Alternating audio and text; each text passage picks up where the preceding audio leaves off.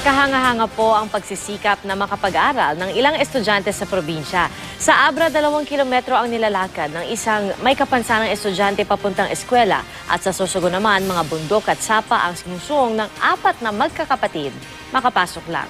Nakatutok si Rida Reyes. Maaga pa lang naglalakad na magkakapatid na sila Josephine, Fe, Josel at Sharon Baharo. Hindi biro ang araw-araw nilang lakbayin, 3 bundok at aabot sa 12 sapa ang kailangan nilang suungin para makapasok sa kanilang eskwelahan.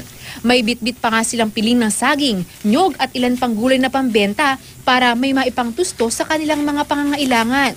Sa murang edad, nasanay na raw ang kanilang katawan sa ganitong kalbaryo, ang magkakapatid na taga-sitio Alco, Barangay Monte Calvario, Sorsogon. Kwento ng principal ng Monte Calvario Elementary School, kailan lang nila nalaman ang sitwasyon ng mga bata. May mga humanga raw sa determinasyon ng magkakapatid at nagbigay ng tulong para sa kanilang pag-aaral. Sa Benguet, Abra, sumusuong din sa bundok at tumatawid din ng ilog. Ang ilang estudyante makapasok lang sa eskwelahan.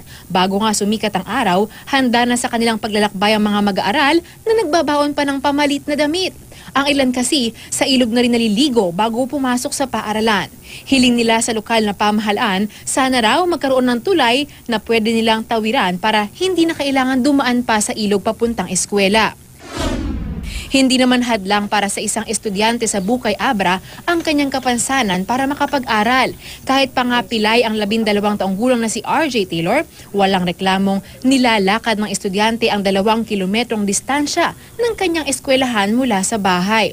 Kapag natapos naman ang klase ni RJ, nagboboluntaryo pa siyang maglinis ng kanilang classroom.